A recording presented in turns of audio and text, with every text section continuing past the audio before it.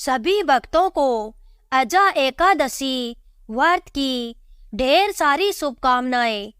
आप सभी के जीवन में लक्ष्मी नारायण की कृपा से सभी प्रकार के सुख और समृद्धि की प्राप्ति हो। तो आइए जानते हैं साल 2024 में अजा एकादशी व्रत का शुभ मुहूर्त पारण के बारे में। पारण कब और किस चीज से किया जाएगा, भगवान को किस वस्तु का विशेष करके भोग लगाया जाएगा, और फिर सुनेंगे अजा एकादशी व्रत की कथा।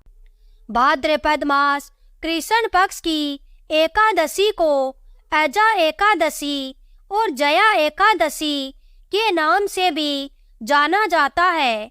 और जो भी भक्त सच्ची श्रद्धा के साथ नियम और निष्ठा के साथ अजा एकादशी का व्रत धारण करते हैं, इस दिन भगवान विष्णु जी, माता लक्ष्मी जी का पूजन करते हैं, तो व्रत करने वाले व्यक्ति को अपार संपदा, पुत्र पौत्र आदि का लाभ और सुख प्राप्त होता है। ऐसे व्यक्ति का कोई भी शत्रु नहीं होता है। जो इस व्रत को करता है वह सम्मान पाने का अधिकारी हो जाता है। और इस व्रत के महात्म को पढ़ने और सुनने से, व्रत में नियमों का पालन करने से अश्वमेध यज्ञ के समान पुण्य फलों की प्राप्ति होती है तथा अंत समय में स्वर्ग लोक की प्राप्ति होती है। एकादशी का व्रत जो कि भगवान विष्णु जी, भगवान श्री कृष्ण जी को अति प्रिय माना गया है। यह व्रत जो कि पाप नाशक व्रत है, प्रत्येक माह के कृष्ण पक्ष और शुक्ल पक्ष की एकादशी तिथि के दिन इस व्रत को धारण किया जाता है। इसे एकादशी और 11 व्रत के नाम से भी जाना जाता है। सभी व्रतों का अपना अपना विशेष महत्व माना गया है। इसी प्रकार से भाद्रपद मास की कृष्ण पक्ष की अजा एकादशी का विशेष महत्व है।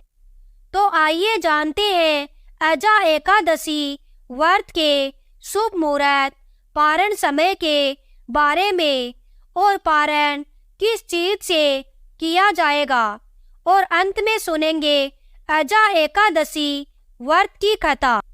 भाद्रपद मास कृष्ण पक्ष की एकादशी तिथि की शुरुआत जो कि 28 अगस्त 2024 दिन बुधवार रात्रि 1:02 और एकादशी तिथि की जो समाप्ति है वह 29 अगस्त 2024 दिन गुरुवार रात्रि 1:04 पर।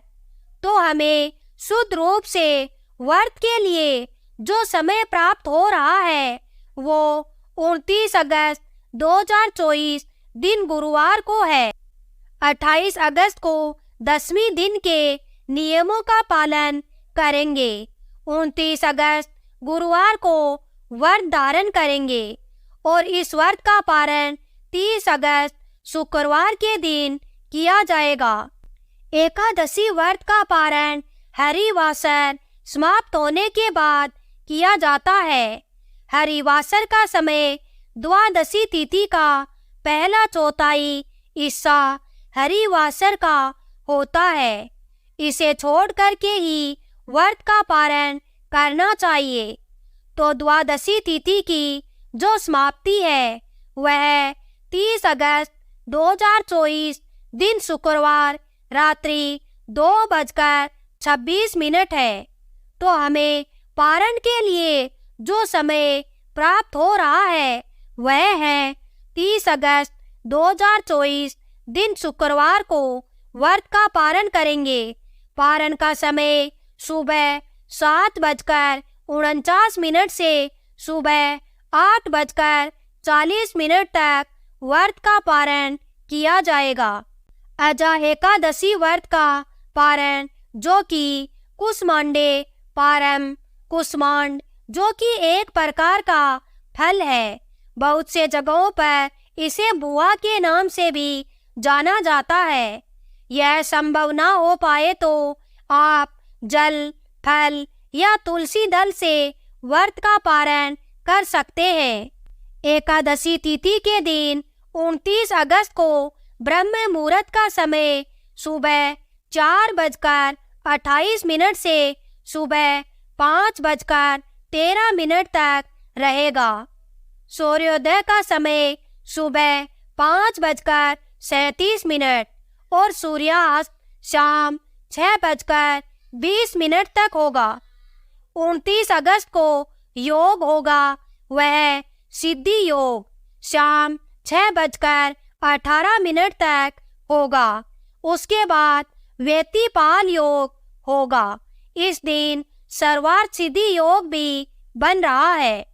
एकादशी तिथि के दिन, जो कि शाम 4:39 से अगले दिन सुबह 5:58 तक होगा, नक्षत्र, जो कि आद्रा नक्षत्र, शाम 4:39 तक। उसके बाद पुनर्वसु नक्षत्र 29 अगस्त को होगा।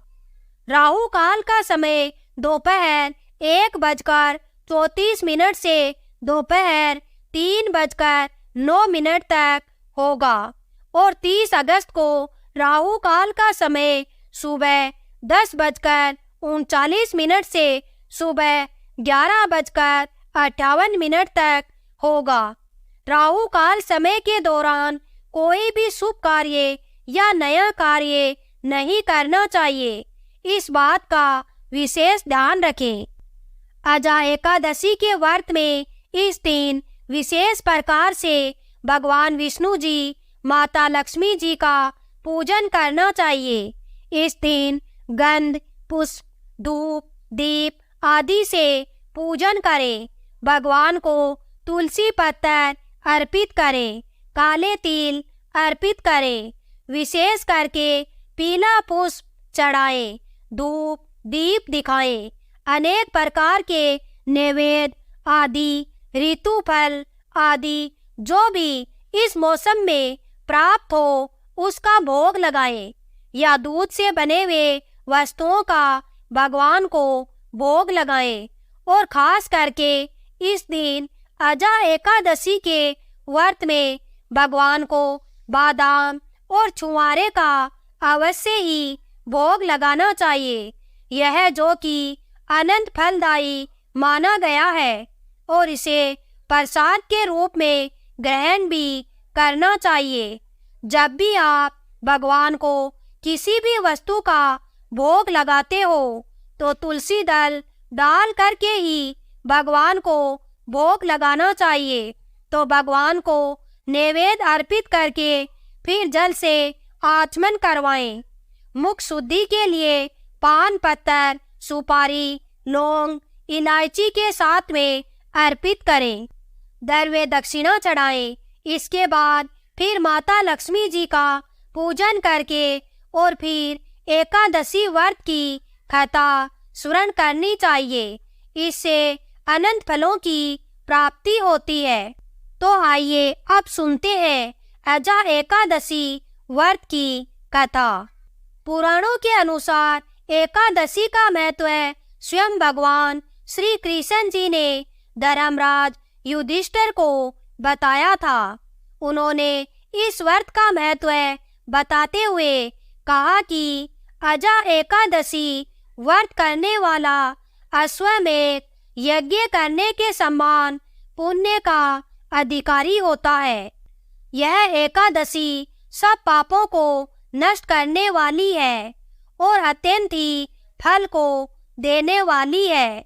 इसका व्रत करके जो भगवान की पूजा करते हैं और उनके महत्म को पढ़ते हैं तथा सुनते हैं, उनके सब प्रकार के पाप नष्ट हो जाते हैं। मरणोपरांत विष्णु लोक में स्थान प्राप्त करता है। अब इस व्रत का फल किसको किस प्रकार से प्राप्त हुआ वह मुझसे सुनो। सतयुग में सूर्यवंशी चक्रवर्ती राजा हरिश्चंद्र हुए, जो बड़े सत्यवादी थे। वे अपने वचन के लिए जाने जाते थे। कथा के अनुसार एक बार उन्होंने वचन दिया और उस वचन की खातिर अपना पूरा राज्य राज ऋषि विश्वामित्र को दान कर दिया। दक्षिणा देने के लिए अपनी पत्नी और पुत्र को ही नहीं, खुद तक को दास के रूप में एक चंडाल को बेच डाला। परंतु उसने अपने इन प्रकार के संकटकालीन अवस्था में भी धर्म और सत्य को नहीं त्यागा। अनेक कष्ट सहे, लेकिन वो सत्य से विचलित नहीं हुए। इस प्रकार चांडाल का सेवक होकर उसका दीर्घकाल व्यतीत हो गया। तब वह एक दिन अत्यंत ही दुखित होकर विचार करने लगे कि मेरे घोर पाप से किस प्रकार उद्धार होगा। इस प्रकार चिंताग्रसित था कि उसी समय गौतम ऋषि उस स्थान पर आ गए। गौतम ऋषि को देखकर राजा ने अपने स्व कष्टों का वृतांत उनको सुनाया और उन्होंने गौतम ऋषि से इसका उपाय पूछा। गौतम ऋषि राजा के इन कष्टपूर्ण बातों को सुनकर दुखित हुए। फिर उन्होंने उन्हें अजा एकादशी की महिमा सुनाते हुए यह व्रत करने के लिए कहा। और गौतम ऋषि ने कहा कि हे राजन, भाद्रपद में कृष्ण पक्ष की एकादशी का व्रत अनुष्ठान विधि पूर्वक करो और समस्त रात्रि जागरण करके भगवान का स्मरण करो। इस व्रत के प्रभाव से तुम्हारे स्व पाप अक्षय हो जाएंगे और तुम सभी प्रकार के कष्टों से छूट जाओगे। इस प्रकार राजा को उपदेश देकर मुनि जी वहां से चले गए। मुनि जी के कथा अनुसार राजा हरिश्चंद्र ने इस उत्तम व्रत का अनुष्ठान किया और सारी रात जागरण करते हुए भगवान का भजन करते रहे। इस प्रकार व्रती के प्रभाव से राजा हरिश्चंद्र के स्व पाप क्षय हो गए और सब कष्टों से मुक्त होकर अपने पुत्र और पत्नी को प्राप्त किया और शत्रुओं से रहित राज्य को प्राप्त कर सकल परिवार सहित आनंद का उपभोग किया और अंत समय स्वर्ग की प्राप्ति हुई। इस व्रत को करने वाले के सभी पाप नष्ट हो जाते हैं और स्वर्ग की प्राप्ति होती है। जो इसका महात्म पढ़ता है और सुनता है वह अश्वमेध यज्ञ का फल प्राप्त करता है।